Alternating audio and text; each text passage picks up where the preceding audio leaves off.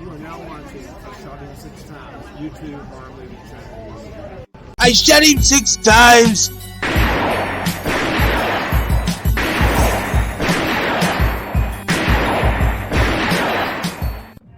What's going on, horror fanatics? Welcome to I Shot Him 6 Times YouTube horror movie channel. As you know, I'm your host and creator of the channel, Marcus. If you have not done so already, please shoot this video a like. It helps out with the YouTube algorithm a ton.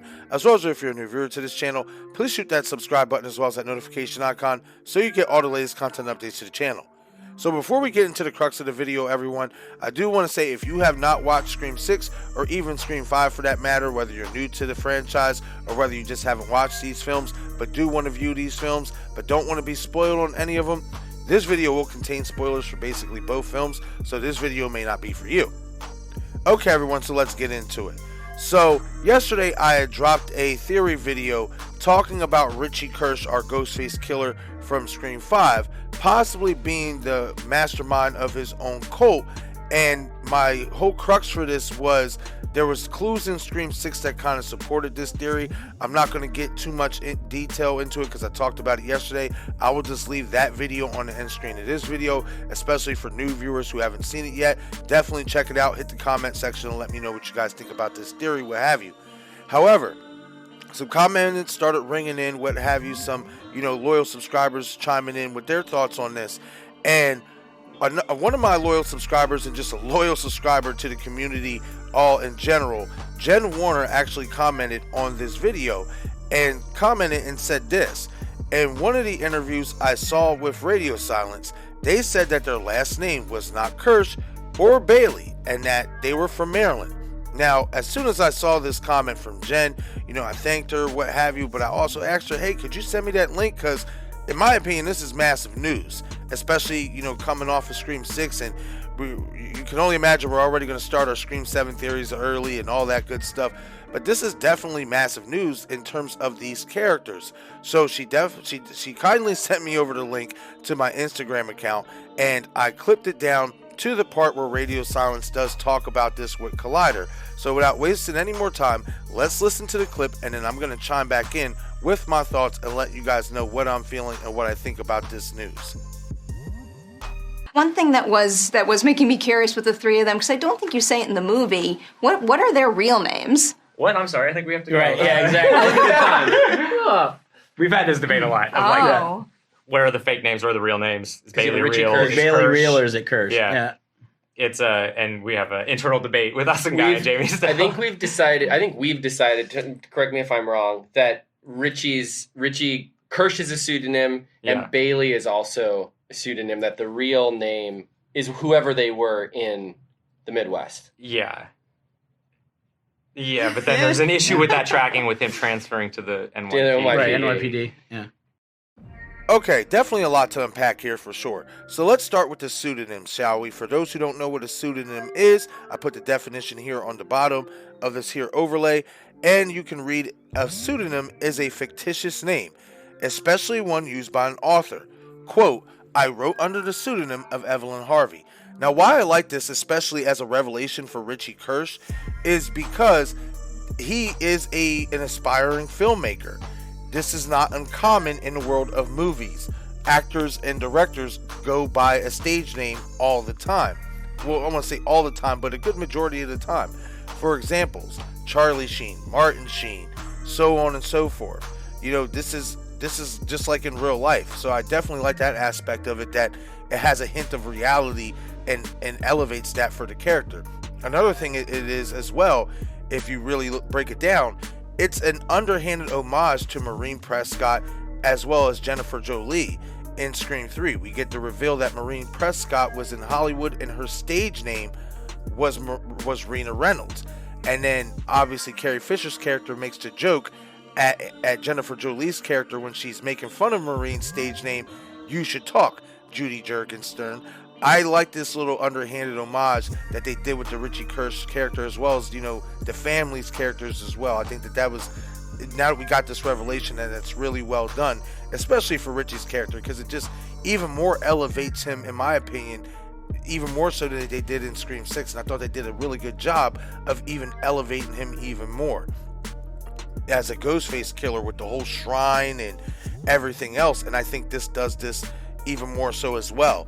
Now, what is important about the fictitious names, though, is the fact that we now don't know who these people really are and who are they really the family members of. A lot of us in the community have talked about, you know, maybe as part of a cult, maybe this is a whole family affair, like that is running deeper than what we got in Scream 6, all that stuff. Like, this is stuff that has been talked about through the community for quite some time now. And the fact that we now don't know who the hell these people really are, it only, you know, adds this cloud of mystery around these characters. And in my opinion, I think it would be a good segue to enter Scream 7 with, because we don't know who these characters are. We don't know who they're really connected to. Another thing to take in mind is that the original Scream trilogy, all 3 movies was basically set around family. I think by radiosilence doing this, they're leaving the door open for Scream 7 to be revealed that whoever the family is, in terms of Richie, his dad, his brother and sister, they could possibly be connected to Woodsboro and a family from Woodsboro. Again, nothing confirmed. This is just my speculation and theory about that. But I definitely do think that the pseudonyms, the reason why you would give pseudonyms for these characters is because maybe down the line, their identities have an even greater meaning to the story in terms of the overall trilogy in Radiosilence's iteration of Scream.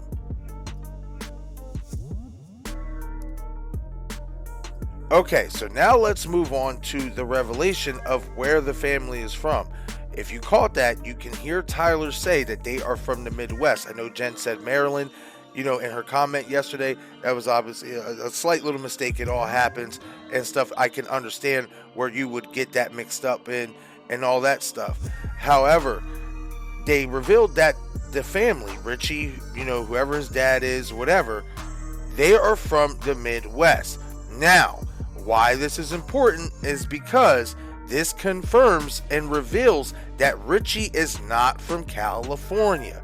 As the Midwest, California is not a Midwestern state. It is set in the West Coast, but it is not considered a Midwestern state. However, what is considered a Midwestern state, as you can see here on this map, is Illinois. Now, why do I bring up Illinois? Well, because Sidney Prescott, as we know, is living in Chicago, Illinois. Now, one of the biggest things for me about Scream 6, especially in terms of the motive, and I'm actually going to do a video about it, so I'm not going to go 100% into detail, but I'll just say this: the Scream 6 plot doesn't make sense without Sidney Prescott, and I'm going to leave it there. But I find it interesting that we get the reveal that Richie, Detective Bailey, Quinn, Ethan, that they are from the Midwest. Now, does that mean or confirm that they're from Illinois? Absolutely not. But I do find it fascinating that they would basically set these characters and say that they are from the Midwest, a place, at least an area, a location to where Sidney Prescott is residing in. I thought that was really, really interesting that they did that. Now, will it have anything, you know, in terms of meaning when it comes to Scream 7? Who knows? I know there's a lot of us out there that do believe Scream 7 could segue into Chicago, where Sidney is staying. We'll have to obviously wait and find out. But what this also confirms, at least in my opinion, is that the phone number that called Gail Weathers in the chase scene at Gail Weathers' house, you know, in her near-death scene, is not Richie Kirsch's number. Now, I know some of you out there will say, well, you don't have any confirmation of that, and that's just your assumption, and maybe you're right. But the reason why I say this can't be Richie Kirsch's number is, think about it from this. We know for a fact that Samantha kept Richie's number in her phone. She never deleted it. So you have to make the assumption that that's the same exact phone number that she had for him when they first met. Now, if Richie presents himself and gives her his phone number and has a 707 area code, she's going to think that he is from Woodsboro. Now, again, I understand that there are counties outside of Woodsboro, whatever, that have the same area code. But we're talking about in the context of the Scream film. The only county or residency that matters in the Scream universe that has a 707 area code is Woodsboro, California. Why would Samantha not be suspicious of this guy who is approaching her that has the same type of area code from her hometown? Especially when she was trying to escape her past in her hometown. Why would she not find that suspicious about Richie? And then you also have to take this into account as well. Is that if this is Richie's phone number, then that all but trumps from the beginning in the car ride scene in Scream 5 when he says, oh, I basically know nothing about Stab. That trumps that because he would be entirely too close. He would be entirely too close to not know about the Stab franchise and to not know about the actual murders that Billy and Stu committed in 1996. He'd be entirely too close. You could even make that argument, well, hey, he was in Modesto. Maybe he was living in Modesto. Even Modesto is a different area code from Woodsboro. Modesto is a 209 area code. So, again, is it 100% confirmation that this wasn't the Kirsch family or whoever that called Gale Weathers and that it wasn't Quinn who attacked Gale Weathers in that scene? No. But I think you have to take into account that we got the confirmation that Richie is from the Midwest. Why would he feel the need to get a registered phone from Woodsboro, especially when in Scream 5 all they did was use Amber's phone and clone her phone? You got to take that into account. And you also got to take into account what I just said about it would not make any sense for Samantha not to suspect him in the first place. This guy is, hitting on her saying, hey, let me give you my phone number. And it's a Woodsboro phone number. But yet you know nothing about the original murders, nothing. Even if you are in the next county, in my opinion, you would have an even greater chance of hearing about it in the next county over as compared to Modesto, which was considered to be, 4 hours away? Something like that. Now, I get it. It's all in the same state. And you should basically know about that. But, hey, sometimes that doesn't always happen. There's things that go on in Pennsylvania that I don't even know about. But, again, I definitely do think that the revelation that Richie and the rest of his family, the fact that they're from the Midwest, proves that whoever this was that called Gale Weathers wasn't the family, and whoever this was from Woodsboro. Now, the whole pseudonym thing comes into play here as well, because we don't know where Richie, who these people are. We know where they're from, but we don't know who exactly they are.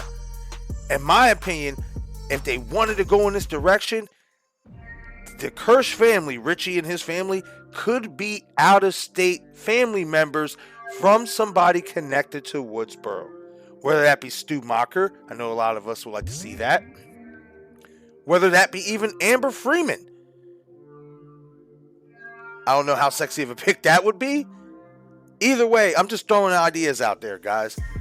In my opinion, I think the revelation that the Kirsch family is from the Midwest proves that this was not them who called Gale Weathers. This was not Quinn.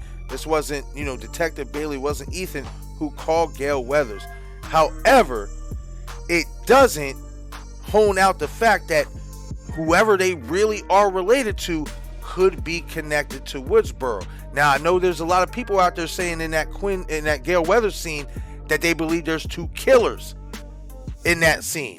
That Quinn couldn't have done that alone, and that they believe there was somebody else there as well. Maybe this could be that sign that somebody else was there with Quinn. Maybe this could be that sign that whoever this person is that has this 707 Woodsboro area code is connected to them via Woodsboro. It could potentially be their family. Again, this is not confirmation. This is just speculation and theory on my part. based on the comments made by Radio Silence. But I definitely think that in Scream 7, this, again, you got to keep in mind, y'all, the original trilogy focused on family. Obviously, the secret submarine in Scream 1. Billy Loomis's mom, Nancy, getting revenge in Scream 2. And then Sydney finding out in Scream 3 she has a half-brother. The original trilogy centered around family. It would not surprise me if Radio Silence is going in this exact same direction. And in Scream 7, we get revealed that Richie and his family are indeed, in fact, connected and possibly the out-of-state family members to somebody connected to Woodsboro. Again, just speculation and theory, but I definitely think that it's something that we should take into account leading into Scream 7.